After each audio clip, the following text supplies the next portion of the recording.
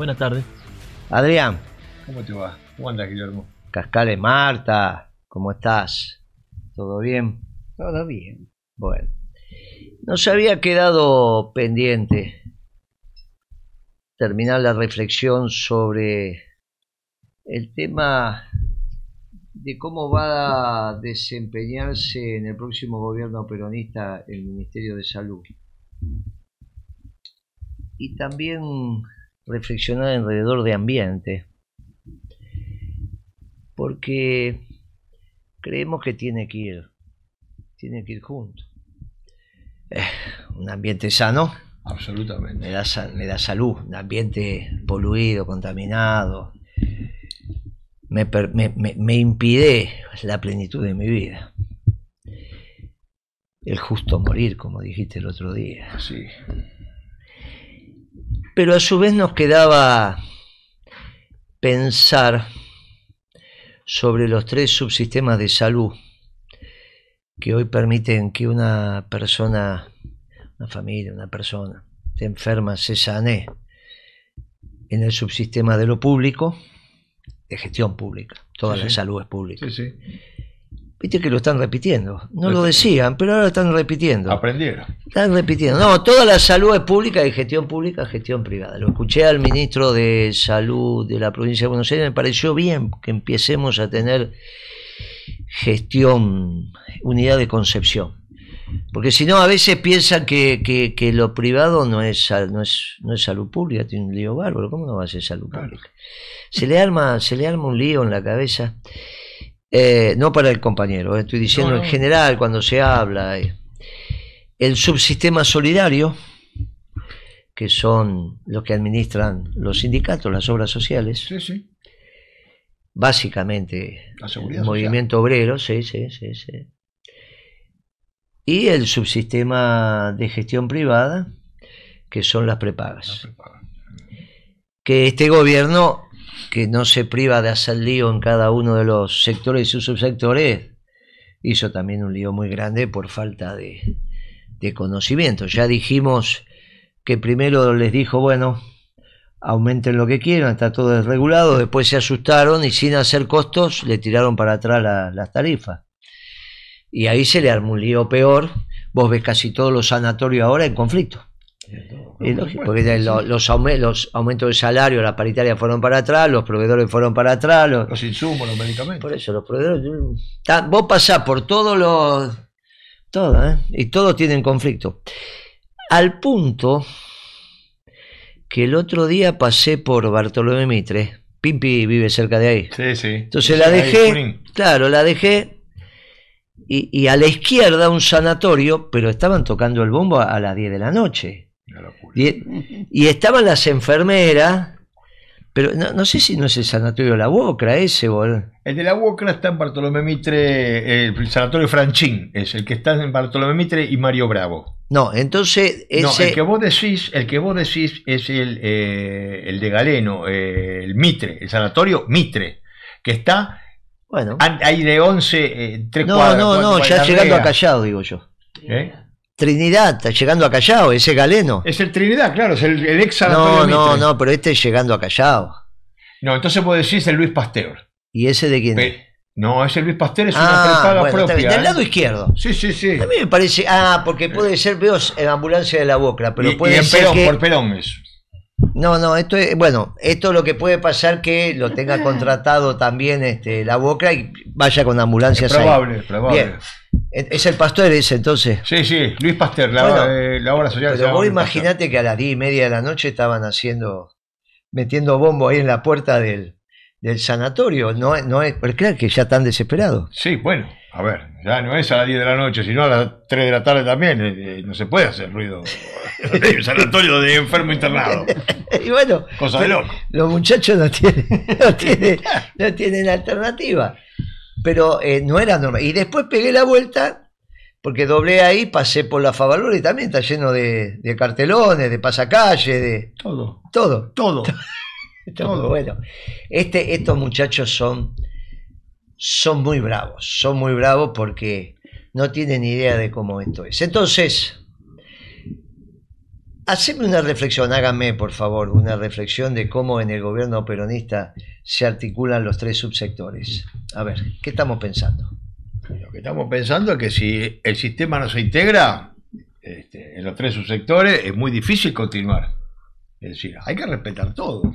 Y hay que respetar todo, pero con una planificación centralizada del Estado, porque como bien decimos, la salud es pública, con gestiones distintas, mediante los sindicatos, por la seguridad social, mediante el aporte privado en las prepagas y clínicas y sanatorios privados, y la gestión pública que hace del Ministerio de Salud Pública, que no solamente son los efectores, sino que son las políticas, que es toda la política de prevención, que son las políticas de turno, que regulan las tecnologías, cómo deben adecuarse, cómo deben estar, digamos, planifica, no solamente, y lleva las estadísticas, cosa que no es menor, porque en función de tener datos estadísticos vos podés planificar o mejorar el objetivo que estás creando. Esto es fundamental. Y ahí surgen los planes, los proyectos, los programas, todo eso se arma con una planificación centralizada y clara. Y que en el juego estén todos, y fundamentalmente con un solo objetivo, la salud de la población. Si la salud del pueblo no se mejora a partir de esta coordinación, estamos complicados. Esto es bien humanista, ¿no? No es nacional popular solamente, es nacional popular, humanista y cristiano, porque además estamos hablando de el prójimo, de la ayuda al prójimo, de la satisfacción que hablamos el otro día, que la vocación te da ese amor hacia el prójimo para curarlo, para mejorarlo, para prevenir que se enferme, para que tenga una vida plena, porque si tiene una vida plena puede trabajar y puede servir a la comunidad, y esto es lo más importante de todo. Entonces, ¿qué queremos hacer nosotros? Nosotros queremos unificarlo en un sistema que sea, por sobre todo, justo. Y justo implica que todos tengan el mismo derecho de adquirirlo. Algunos mejor, otros peor, porque tienen su capacidad contributiva mayor. Pero la salud es una sola, porque la enfermedad es una sola. Entonces, para esa enfermedad se requiere un tratamiento específico. Y ese tratamiento específico debe ser igualitario para todos, ¿no? Esta es la justicia social. Eso es un compromiso del Estado indelegable, me parece. Entonces, tendríamos que trabajar sobre eso. Y por todas las cosas, por eso cuando hablabas vos del ambiente, tiene muchísimo que ver. Si la cosa más importante que se determina, o que se determinó allá por Alma Ata en el año 78, ¿no? Cuando decía en el año 2000 salud para todos, en el año 2000, una de las cosas que tenía que resolverse era el agua potable de alcance a toda la población, cosa que hoy en 2024 todavía no se ha logrado. Mirá vos qué importancia, ¿no? Además, ya lo decía Perón, lo tengo acá porque lo traje. Dale. Porque es un documento que hizo desde Madrid Perón acerca de del medio ambiente. Un adelantado. ¿Cuál es ese documento que escribió el 21 de febrero de 1972 desde Madrid? Y es tan actual, después de 52 años de escrito, que no se puede creer. Cosas no resueltas y cosas que ya se vislumbraban. Digo, me parece... A ver, el eje central que hoy podemos analizar es la alimentación. La alimentación me parece que es lo central, que ingiere el ser humano en estas cuestiones.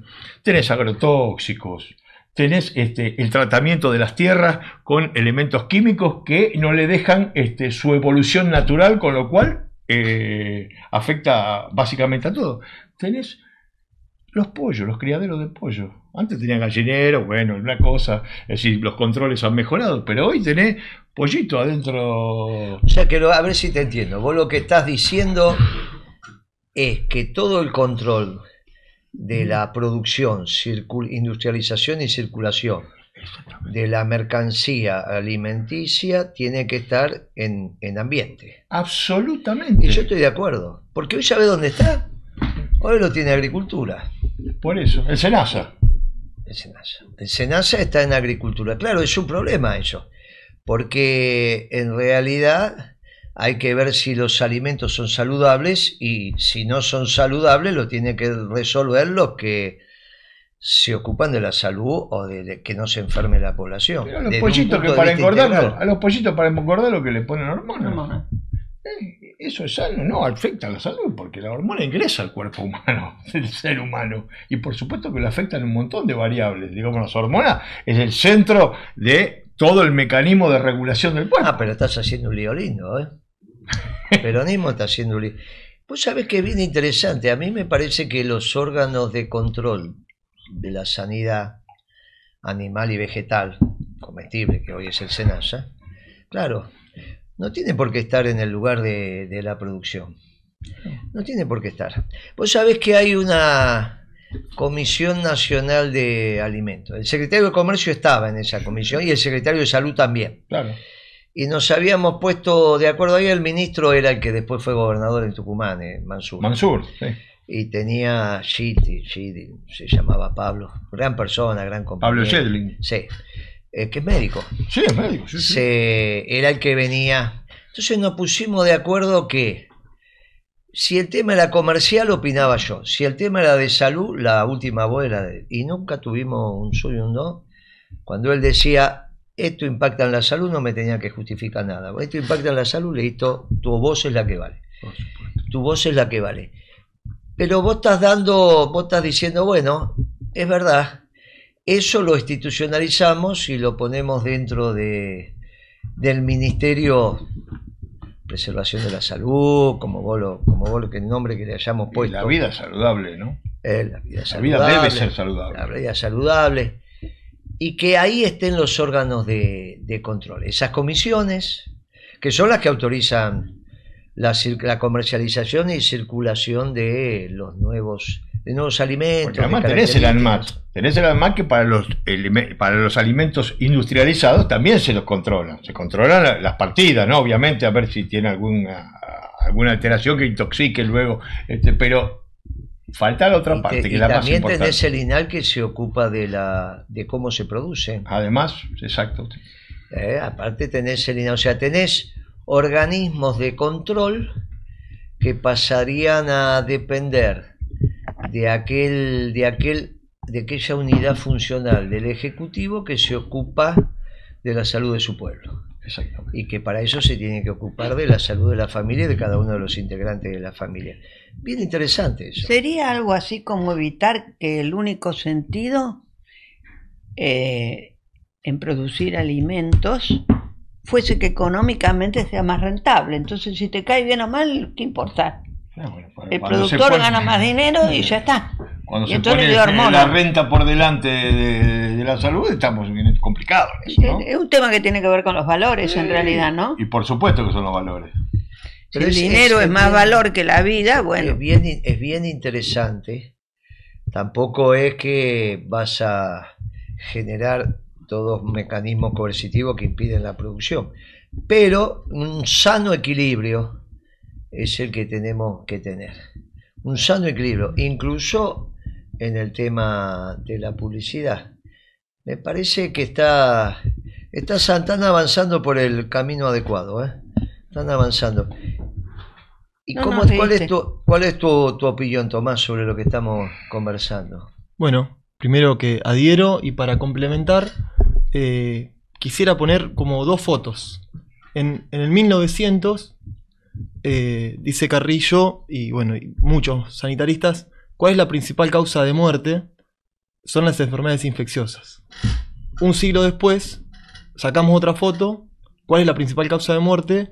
Son las enfermedades crónicas no transmisibles, enfermedades cardiovasculares, cáncer, diabetes, EPOC. Entonces, hay de una foto de 1900 a una foto de 2000, del siglo XXI, hay una transición epidemiológica, ese concepto se llama, pero hay un cambio en la causa de muertes y enfermedad. En ese proceso, lo que se dio es, Carrillo pone dos conceptos clave, que es civilización como progreso material y cultura como progreso espiritual. Cuando el ser humano entra en la etapa industrial, en 1766, desde ahí se da un vertiginoso progreso material, un adelanto de la civilización, pero lo que plantea Carrillo es, ese adelanto de la civilización se da sin un progreso equivalente en la cultura, lo cual lleva a la vida artificial, se llama Carrillo. Él dice, la principal causa de muerte en el siglo, él lo nombra en 1950, pero sigue vigente, es la vida artificial. Por lo tanto, para tener salud hay que reencauzar la vida por el cauce natural. Esto que parece muy abstracto, lo que hablaba recién Adrián, se vuelve muy concreto cuando uno pone ejemplos concretos, y en eso un ministro de salud canadiense en el 70 y pico viene a decir lo mismo que Carrillo, con otras palabras.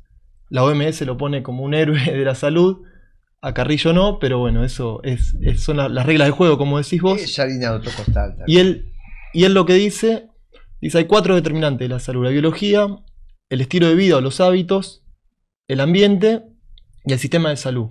Mientras la mayoría del presupuesto va al sistema de salud, lo que más determina la salud son los hábitos y el hábitat, o el estilo de vida del ambiente. Entonces, ahí es donde nosotros queremos hacer foco, en los hábitos, organizar la vida de las familias, de la comunidad, y en el hábitat, de tal modo que sea una fuerza que tienda a la vida natural y no a la vida artificial, que después deriva en enfermedades crónicas no transmisibles, que son, en el 2022, dato del Ministerio de Salud, hay 400.000 muertes, 193.000 son por enfermedades crónicas no transmisibles, son la mitad de las muertes que se pueden evitar en gran parte si actuamos sobre los hábitos y el hábitat. Después, obviamente, el sistema de salud robusto para atender la enfermedad, pero para atacar esas causas de muerte hay que ir sobre esos dos y los ejemplos que ponías vos recién. Una postilla respecto de lo que dice, que es muy importante comparando las épocas, ¿no? Cuando te dice que al principio del siglo XX vos tenías las enfermedades infecciosas como primera causa de muerte. ¿Qué pasa en el medio? Es la era antibiótica. El primer descubrimiento de la penicilina. Estamos hablando de fines de la década del 20, 1929, 1930. Se descubre la penicilina, que es un antibiótico. ¿De dónde se descubre la penicilina? De un hongo. Digamos, todos los medicamentos en general, que son naturales, provienen del medio ambiente. De las plantas, de las cortezas de los árboles, de donde sea, digamos. Después, en función de eso, y con la investigación y el trabajo científico, esto se va transformando en drogas sintéticas o semisintéticas que actúan después. Pero el gran descubrimiento es eso. Y fíjate qué importancia. Antes el promedio de vida era muy corto. Es decir, en comparación a lo que teníamos hoy, un promedio de vida era 50 años, 55 años, cuando estábamos hablando a principios del siglo XX. Hoy tenemos un promedio de vida o una esperanza de vida de no menos de 75 años en nuestro país.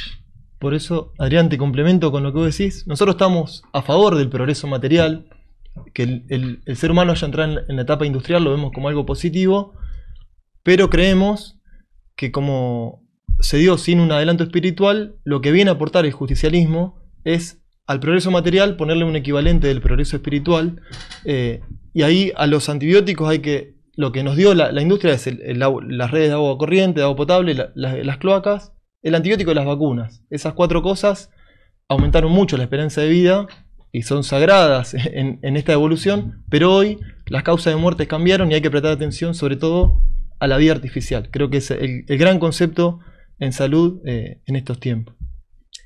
Y eso tiene que ver con las prácticas habituales en la comunidad. Entiendo, me imagino que esto también se ordena desde los clubes barriales, las actividades deportivas, no entrar en vicios excesivos, digamos, cosas que no son necesarias. Tampoco estamos hablando de una población asceta, ¿no? Estamos hablando de todo en su medida y armoniosamente. Es una impronta integral sobre el cuidado de la salud, que claro, si por el otro lado el secretario de Energía te deja sin gas, vas a tener un incremento de las enfermedades de acá a una semana, en términos de todas las que devienen del frío, digamos, ¿no? Sin duda. Todas las que devienen... La respiratoria, básicamente. Claro. Vas a tener un lío importante. Sí. Y lo más importante, que después discursos ajenos a esta doctrina le van a echar la culpa al neumococo y no a los factores sociales, que puede ser el hambre, el frío, la falta de gas. Creo que ahí hay que ser muy claro en el diagnóstico, porque si no después le echamos la culpa a los microorganismos y no a los factores sociales, y con ese sesgo de doctrina no se puede solucionar. Claro, los de problemas. esto se deja de hablar también porque ¿Cómo vas a ir a hablar esto en un barrio de emergencia donde no hay agua corriente, no hay cloaca y encima duermen vestidos porque no tienen manera de calefaccionar sus habitaciones? Ni lo vas a solucionar con los antibióticos, ni nada por el estilo, ni con los broncodilatadores, ¿no? Entonces ahí directamente dejas de presionar con este tipo de educación. Yo también en esto del medio ambiente, estos días que estamos viviendo de una manera tan poco respetuosa, sobre todo de aquellos que conducen el país a los conducidos, ¿no? Fenómeno que ya venía. Me pregunto cuánta importancia tiene cuando el medio ambiente es el psicológico. Cuando la gente sale a la calle sin saber si al día siguiente va a tener para comer. Cuando la gente sale a la calle preguntándose si va a tener un tren para volver. Cuando la gente sale a la calle preguntándose con qué barbaridad lo va a atacar el presidente en su vocabulario. Cuando la gente sale a la calle sin una palabra de respeto y amor al otro. ¿O eso no es medio ambiente? Eso es clave porque ahí está la relación entre lo social y lo biológico. Eso es un factor social de estrés.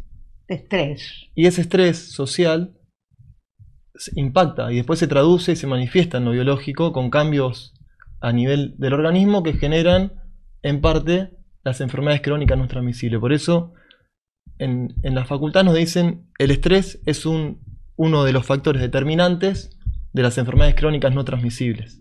Quizás lo que no nos dan en la facultad son las herramientas sociales para mirar el estrés como un fenómeno social y no como un fenómeno biológico o individual. ¿Sabes lo que pasa? Que me parece de nuevo, Tomás, que tiene que ver con el amor. Y no se puede, parece estar prohibido hablar de amar al otro.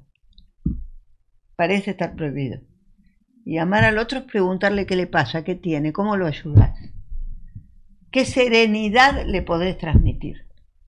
Fíjate que hoy, antes de venir para acá, prendí la televisión y estaba este muchacho presidente en Estados Unidos. Se había entrevistado justamente con algún tema vinculado con las empresas de inteligencia artificial. ¿Qué era lo más importante? Que la inteligencia artificial se iba a poder aplicar a un programa de salud. Bueno. Entonces vos ya, ¿para qué los médicos? ¿Para qué el ser humano? ¿Para qué la gente? Si ese programa tan inteligente de salud te iba a mandar los exámenes que hacer, los iba a analizar, te iba a dar la respuesta, iba a dar los remedios, nunca ibas a ver una persona.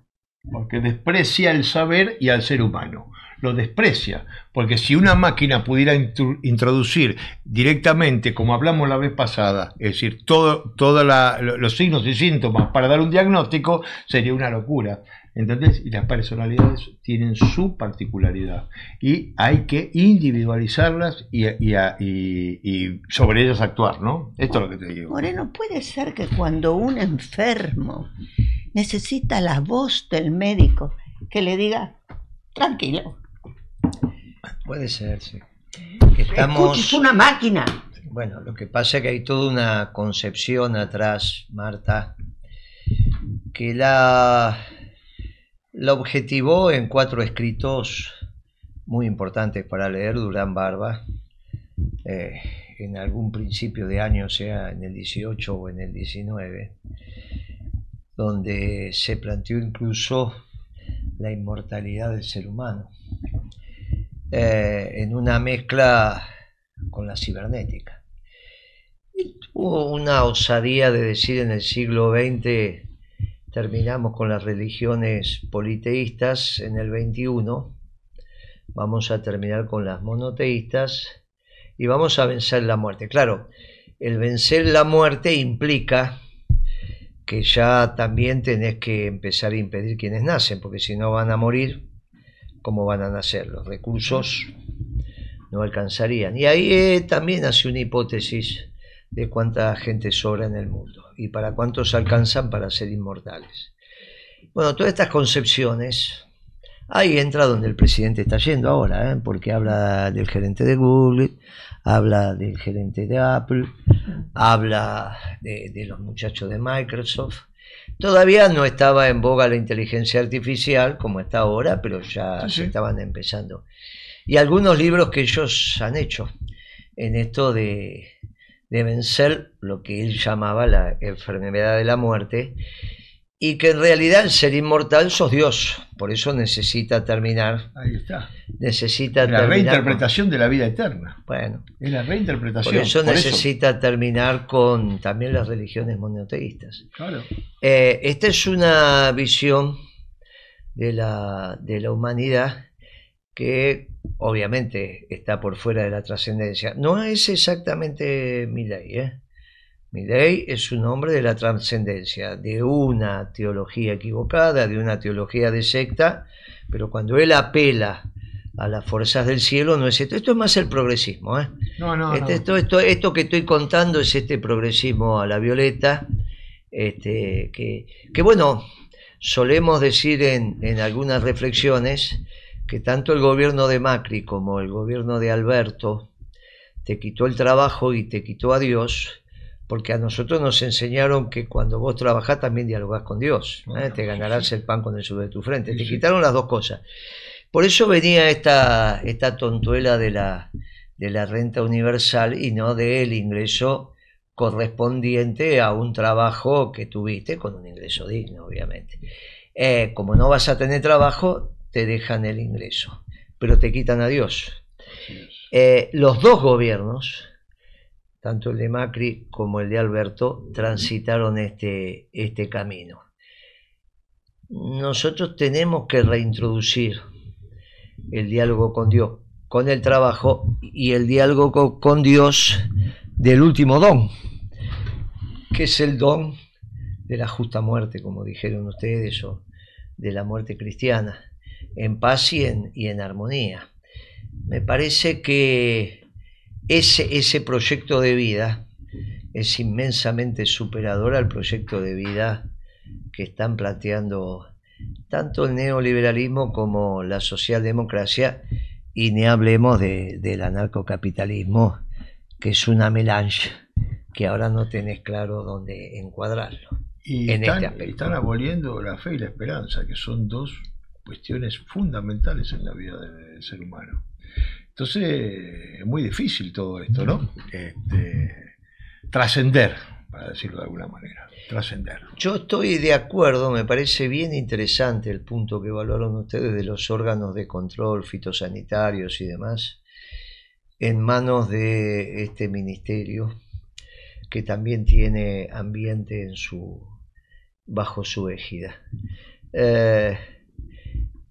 Y tenemos toda la diversidad de temas que tiene que tocar ambiente, que tiene que ver con la preservación del agua dulce, la preservación de los bosques, del hábitat que vos estabas hablando, la preservación. Ahí hay un tema que tiene que ver con la utilización de la energía fósil y el posible hecho contaminante que se da con los países desarrollados, porque después que ellos la utilizaron para su buen vivir, contaminando todo, la casa común, ahora te piden que vos no contamines y no uses la energía que prima facie es la energía más barata en términos de costo-beneficio, de practicidad y demás,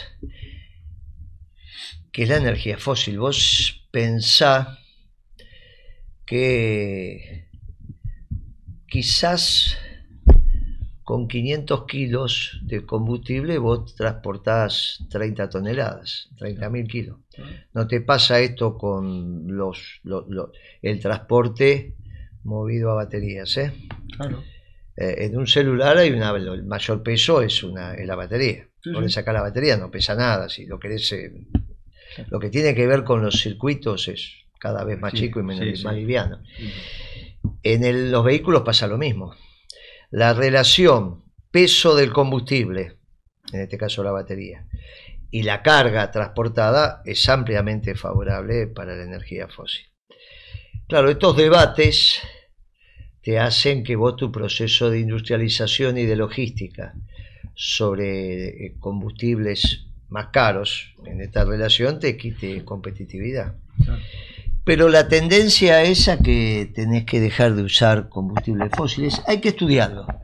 No tenemos una posición fija, hay que estudiarlo, hay que avanzar, pero está claro que la Argentina tiene abundante energía fósil y no tiene mucho sentido que no se utilice preservando el ambiente, ¿no? Y en ese sentido, Carrillo decía, no puede haber salud sin medicina social, no puede haber medicina social sin justicia social, y no puede haber justicia social sin independencia económica. Entonces, para nosotros, desde la salud, lo primero y lo más importante es la independencia económica y la justicia social, y eso es solo posible por las características del sistema internacional si nos industrializamos. Así que me parece que las visiones reduccionistas que enfocan en un tipo de energía y no en la industrialización del país, creo que las posturas que plantean siempre ustedes y que nosotros hemos aprendido son superadoras. Y algo breve, como para explicar un poco cómo pensamos el plan desde los hábitos y el hábitat. A ver. Los hábitos en términos sencillos lo dividimos en el uso del tiempo. Hay una encuesta del INDEC del 2021 que dice, bueno, ¿en qué usamos el tiempo los argentinos? Y lo dimos en 3 tercios. 8 horas de sueño, 8 horas de trabajo y 8 horas de ocio, en términos cuantitativos. Ahora, en términos cualitativos, hay que ponerle calidad al tiempo de sueño, al tiempo de trabajo y al tiempo de ocio. Esta encuesta del INDEC dice que la mitad del trabajo en Argentina es no remunerado, no reconocido socialmente, en gran parte trabajo de cuidados en los hogares, llevado adelante por mujeres en gran parte. En el trabajo muchas veces son condiciones insalubres, y en el ocio un bajo porcentaje de la población está en actividades educativas. También hay la mitad de la población participa de reuniones o de fomentar sus vínculos sólidos y no líquidos. Y en el tiempo de ocio hay una constante en todos los grupos etarios que es el uso de las pantallas audiovisuales, 5 horas por día, el 90% en todos los grupos etarios. Eso me parece que es un tema fundamental, en que Carrillo decía, bueno, la era industrial nos permite más tiempo de ocio y democratiza el tema es que usemos el tiempo de ocio para cultivar las virtudes y no para anestesiarnos. Y me parece que hay que ordenar esos 3. Y en el ambiente son 3 escalas. La vivienda, que es parte del ambiente. Sin vivienda sana e higiénica no hay posible salud. Carrillo plantea el centro cívico y la ciudad. Y él dice, dentro de cada vivienda tiene que ser accesible una sociedad de fomento, un club, una salita, un jardín, una escuela. Plantea alrededor de las ciudades un cinturón de bosques y praderas. Y en el ambiente, a nivel macro, como bien lo mencionaba Adrián, es la concentración demográfica, las megalópolis, que se llama. Hoy somos 14 millones solamente en ciudad y conurbano. El consumismo, el ecologismo va por la cultura del consumismo, no por solamente las producciones de verdes, como nos quieren poner ese consumismo, y la obsolescencia programada. Antes el rastrojero que se hacía acá en Argentina le duraba 2 generaciones a los trabajadores, y antes las cosas se hacían para que duren mucho, hoy se hacen para que duren poco. Sin esos ejes es en vano hablar de ecologismo y de ambientalismo. Por eso los mensajes de Perón en el 72, en el 74 son fundamentales, y para hablar de ecologismo creo que tenemos que volver a esos textos siempre. Tenemos un tema que obviamente no podemos no abordar, que es el tema de la minería. Debate intenso y profundo, eso pega directamente en el ambiente. En Mendoza esto se vio entre Malargüe y el resto de Mendoza. De hecho, Malargüe dejó de participar de la fiesta de la vendimia, la elección de la reina, no mandó representantes porque dijo, bueno, estoy en una provincia donde todos son antiminería y Malargüe tiene que ser básicamente minera. El desafío es cómo compatibilizamos. En estas provincias cuyanas el uso del agua para la minería y para las plantaciones, ambas necesitan agua, sobre todo la vid. Sí. Bueno, había ahí una tensión, ¿está bien? La necesidad de volver a abordar esto desde las distintas ventanillas del abordaje multifacético, ¿no? ¿Cómo hacemos para que un gobierno funcione armónicamente y no en las tensiones? La doctrina es la que permite la armonía, porque está claro que estamos hablando de la base material de la nación, y en la base material de la nación entra la minería. Y no es que hay pueblos mineros que se van a morir a los 45 años y hay pueblos que no son mineros, entonces viven 85. Eso es absurdo, digamos. La creación de Dios, eso no tiene ningún sentido. ¿Cómo hacemos para que todos estos temas sean abordados en una misma mesa de manera sistémica y llegando a la mejor conclusión? Tenés que poner el hombre, la familia, la comunidad en el centro, no solo para la economía. Es obvio que para la salud también, para el ambiente también. Y la reflexión del ambiente y de la salud con la base de materiales, donde se encuentra con los factores de producción y la eficiencia de los factores de producción, que van a trabajar sobre los recursos naturales para bajar la pobreza. Cuanto más bienes haya a disposición de la población, bienes y servicios, menos pobreza vas a tener. Esto es obvio. Es obvio. Fíjate vos que para que no haya pobreza en leche, nosotros tenemos que aumentar un 20% la producción de leche, como mínimo. ¿La tenemos? Sí, la tenemos. Claro. El problema es que hay un 20% que se exporta. Entonces te queda el 80% para el consumo. Ahora, si yo suprimo el 20% de exportación, genero un daño también al conjunto de la macro, porque me van a faltar los dólares de esa leche que se exporta. Por lo tanto, la síntesis correcta es: hay que incrementar 20% la producción de leche. Bueno, con todo lo que eso implica. ¿Para dónde la trasladamos? ¿Cuándo una vaca está en el mejor momento para que no te dé 15 litros, sino 30 o 40? Claro. La misma vaca te puede dar 15 litros o 40 litros. Ahí entra cómo va generando los espacios de armonía entre las distintas disciplinas y las miradas en un equipo de gobierno. Y fíjate que cuando uno lo aborda así, qué poco relevante pasa a ser el presidente en términos de conocimiento para decidir las mejores políticas. Es imposible. ¿Cómo va a saber el presidente cuál es el mejor hábitat para una vaca para que en vez de 15 te dé 40 litros? Prácticamente con la misma comida. La política se transforma en un trabajo en equipo. Ahora, ¿cómo haces para que el equipo tenga armonía? Eso es la doctrina. ¿Y cómo haces para que la doctrina sea embebida en los militantes? Bueno, tenés que arrancar de los principios ordenadores.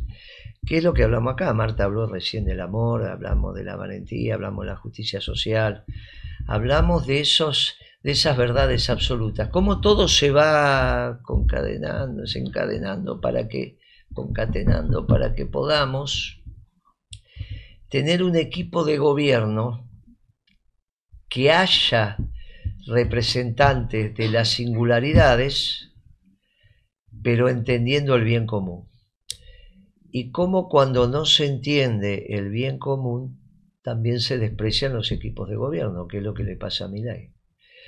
Y por eso a los 4 meses y pico, saquemos diciembre, porque eso empieza la primera crisis de gabinete. Y lo difícil que se le hace conformar un equipo de gobierno, que se tienen que ir a sacar una foto tomando un café a las 11 de la mañana para decir que hay equipo, cuando tenían que estar trabajando. Claro. Porque las 8 horas de trabajo es en ese horario, no con los mozos sirviendo café en una confitería. Ridículo. Todo es ridículo. Esto es el peronismo en acción. Ahí tenemos que llegar. Miren, los proyectos individuales, cuando hablamos de lo colectivo, pasa a un segundo plano. Pensar que una vez se puso de moda hablar de los proyectos personales, en este siglo, cada dirigente relevante aparentemente tenía un proyecto. Y uno decía, ¿estará discutiendo estas cosas el dirigente relevante o estará asumiendo la política como simplemente un lugar de trabajo? Quiero trabajar de presidente, quiero trabajar de ministro, quiero trabajar de secretario, de subsecretario. Absurdo. ¿Cómo vamos a construir un país así? Acá es donde emerge con precisión el peronismo. Ustedes abordaron una temática, preservación de la salud, evitar enfermedades, ambiente. Llegamos a tocar el tema de la minería con la importancia de la base material y incorporamos el tema de una producción que tiene que ser sustentable, no contaminante, importante como lo de la producción láctea. Y para que no haya pobreza en leche, que significa que cada argentino consuma por lo menos 245 litros anuales de leche, eso está medido. Sí. 245 litros, cada argentino tiene que consumir anual 120 kilos de proteína cárnica. Promedio, obviamente, ¿no? Sí. Tiene todo tipo de carne. Y menos que eso está medido. Hoy obviamente no lo tenemos en consumo de proteína cárnica y estamos 20% menos en el consumo de los productos lácteos. Cuando vos armás el consumo per cápita estás en 200. Claro. Y tenés que llegar a 245. La producción está, pero no debemos exportar nada. Bueno, ahí tenemos un problema, se tiene que ir Nestlé, tenemos un problema en el mercado, en el sector externo, los dólares, bla, bla, bla, bla. Hay que aumentar la producción. Y ahí tiene que aparecer agricultura y ganadería diciendo dónde, cómo. Y obviamente tiene que aparecer el sistema financiero generando el crédito para esa mayor producción. Y obviamente tienen que estar los hábitos de consumo para que esa producción tenga realización en la demanda, diciéndole es necesario volver al consumo de leche en sus derivados, múltiples formas, ¿no? Mejorando el desarrollo. No, todo. Los 245 litros es leche líquida más todos sus derivados. Claro. Para hacer un kilo de queso sardo, el de rallar, son 12 litros de leche. 12 litros de leche. Sí. Para hacer un kilo de leche en polvo son 7 litros de leche. Ahora están diciendo que son 7 kilos de leche. Claro, todo esto te lleva a tener una sana planificación de la economía donde la interacción con el sector privado es fundamental, porque nunca nos tenemos que olvidar que es un gobierno esclavo con un pueblo libre. No es un equipo de burócratas diciendo lo que hay que hacer, no es la economía centralmente planificada, porque a su vez está el libre albedrío, que es un don de Dios. Este gobierno esclavo de un pueblo libre es lo que el peronismo tiene para ofrecerle al pueblo argentino en la próxima contienda electoral. Hace años que el peronismo no debate en estos términos, Hace años. La profundidad de estos debates en un plan de gobierno hace rato que no se da. Se dan consignas, agencias diciendo tengo un plan, tiene un plan no sé de qué, tengo un plan no sé, y esto no se debate. El peronismo es tan superior al resto de las doctrinas en boga que podemos iniciar nuestra campaña electoral, la del conjunto, para que el peronismo vuelva al gobierno cuando Dios quiera, discutiendo estas cosas. No necesariamente en televisión, también en los barrios, en los clubes, en las facultades, como se hizo siempre, en las escuelas secundarias, en las reuniones de vecinos.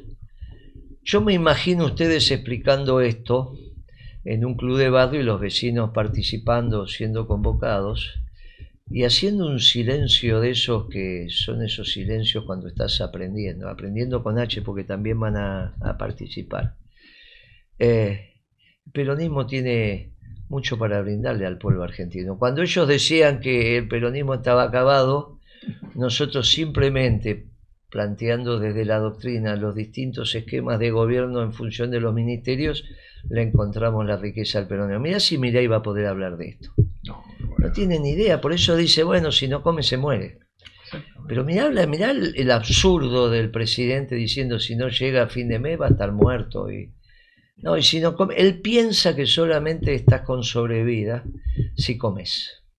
Y todo lo demás, todo lo que ustedes acaban de explicar, todo lo que tiene que ver con el hábitat y con el hábito, y no hace parte de una cabeza anarcocapitalista. Por eso la doctrina peronista es tan superior. Y quedaron dos temas que a mí, seguramente por mi condición femenina, me preocupan mucho, porque creo que si no los abordamos las mujeres va a ser difícil. Uno es este tema de las pantallas. A partir de la pandemia, los niños empezaron a tener dificultades para hablar. La imagen, aparentemente, ganó el fonema. Y como los padres encontraron una solución prendiéndole el televisor, los niños no hablan, pero no sabemos lo que piensan. ¿Por qué no hablan? ¿Qué les pasó? Cuesta mucho, hay que readaptarlos. Me parece que quizás, Guillermo, seguramente que tenemos compañeros, compañeras que se dedican a este tema específicamente. Y hay que hablar con ellos. Yo sé que los pueden reeducar. Eso, Marta, nosotros en el plan lo abordamos y ponemos básicamente que hay una epidemia de salud mental silenciosa, que de hecho en el diario La Nación una periodista lo abordó, y el Ministerio de Salud dice: 1 de cada 3 personas mayores de 20 años padece depresión, ansiedad o adicciones. Nosotros, dentro de las adicciones, no son solamente drogas físicas que consumimos, sino también las pantallas, y hay una virtualización de la vida, una relación entre la vida real y la vida virtual, que cada vez la vida virtual gana más terreno. Y como siempre, no estamos en contra de la vida virtual per se, pero sí cuando esa vida virtual rompe la armonía y está en una desproporción en términos cuantitativos y cualitativos, porque también los contenidos que se le dan a chicos de 3, 4, 5 años no son para esas psiquis inmaduras, que son muy plásticas. Vos las moldeás muy fácil, entonces hay que tener mucho cuidado, porque eso es el futuro en definitiva. Y el otro es el autismo, ¿no? ¿Qué pasa? Que está tal cantidad de autismo. ¿Qué pasa? Y bueno, los vínculos, tiene que ver con los vínculos. Tiene que ver mucho con los vínculos. Y además, hoy están descritos distintas e infinitas tipos de autismo, es decir, algunos más profundos, algunos menos profundos, cuando antes lo conocíamos de alguna manera claramente, digamos, ¿no? Y tiene que ver con la comunicación y con... Porque al tener pantallas, al no tener... Digo, vamos a explicarlo claramente, digo, porque me parece que esto sirve para que el pueblo lo vaya entendiendo también. En la cotidianidad, porque ¿en qué casa no hay una pantalla? Digo, no me parece que tenga que ser tan técnico la explicación. La explicación está en que no hay vínculo porque tampoco en la casa existe el vínculo, porque el padre trabaja todo el día o porque la madre está ocupada en otros temas, entonces no está el vínculo del diálogo con el hijo, con la hija, el qué pasó, el cómo está la tarea del colegio, digamos, este tipo de cosas se ha perdido. Es decir, entonces es como un ensimismamiento del chico que va desarrollándose y va hacia adentro. A ver, en soledad. La soledad, vos lo dijiste, y la soledad se da cuando no hay relación interpersonal. Ahora, dentro de las doctrinas imperantes en medicina y en salud, se tiende a ver el aspecto biológico de los problemas. Entonces, cuando frente al autismo, frente al retraso del lenguaje, ¿cuál es la respuesta de gran parte del sistema de salud?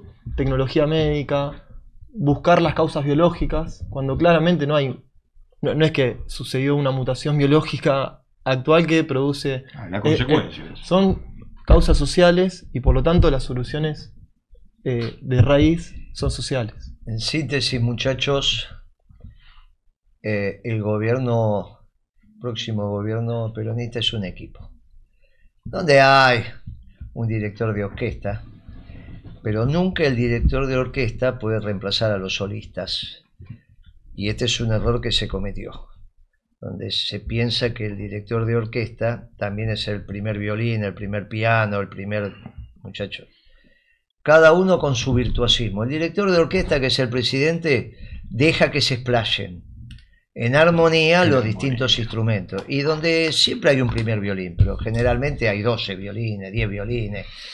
Entonces eso es el gobierno, y todo eso, para que funcione en armonía, tiene que haber una doctrina, cada uno tiene que saber lo que está haciendo y la manera de pensar.